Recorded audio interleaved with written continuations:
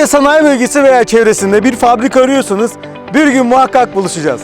Bu fabrikamız Bursa ili Nilüfer ilçesi Görükle sanayi bölgesinde yer almaktadır. Bu fabrikamızın toplam açık alanı 1800 metrekaredir ve bu alan kapatılabilir. 1500 metrekare net kullanım alanına sahip. Bunu anlatmam gerekirse bu fabrikamıza yoldan ve kottan dolayı üst taraftan giriş var.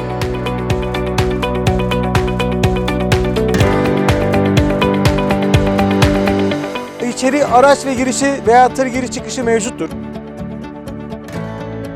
Bununla alakalı giriş katımız 1100 metrekare net üretim alanı vardır. 5 metre yüksekliğimiz vardır. 700 metrekarede buna ilave olabilecek açık alanımız vardır. Üst katımız ise 400 metrekare kapalı, 1100 metrekare net açık alanımız vardır. Orada da yüksekliğimiz 5 metredir. Siz sevgili sanayiciler, değerli meslektaşlarım ve bu bölge ve bu bölge civarındaki sanayicilere sesleniyorum. Belki de aradığınız fabrika burasıdır. Kendinize çok iyi bakın.